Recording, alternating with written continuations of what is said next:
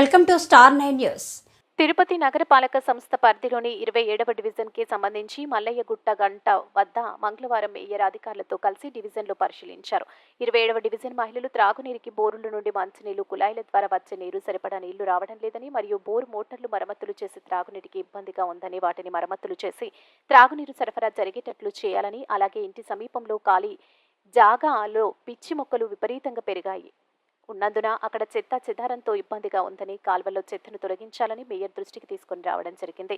Mayor వెంట నగరపాలక engineer Chandrasekhar, డిఈలు Narendra, రాజు, sanitary supervisor Sumathi, sanitary ఇన్స్పెక్టర్లు, సచివాలయ సిబ్బంది గోపాలకృష్ణ, పల్లవి, పావని, డివిజన్ నాయకులు చింత రమేష్ యాదవ్, గజేంద్ర, మునికృష్ణ ఉన్నారు.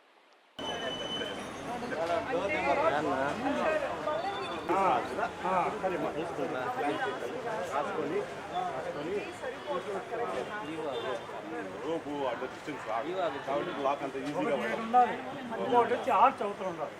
2 పాయింట్లు.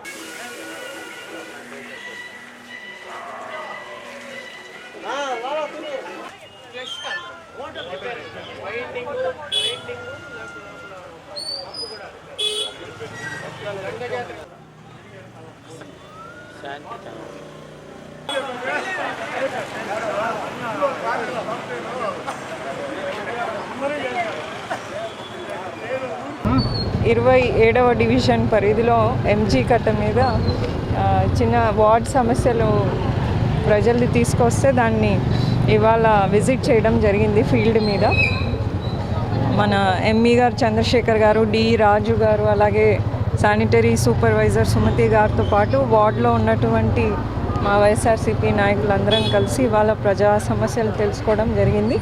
సో వాళ్ళు చేసినటువంటి ఫిర్యాదులకు తక్షణమే స్పందించి ఎంఈ గారు కానీ, సూపర్వైజర్, శానిటరీ సూపర్వైజర్ కానీ వాటిని పరిష్కరించే విధంగా చర్యలు తీసుకుంటారని హామీ ఇవ్వడం కూడా జరిగింది. సో వాళ్ళు ఏవైతే చెప్పారో అండర్గ్రౌండ్ డ్రైనేజ్ సమస్యలు, తాగునీటి సమస్యలు, అన్నిటినీ కూడా పరిష్కరించే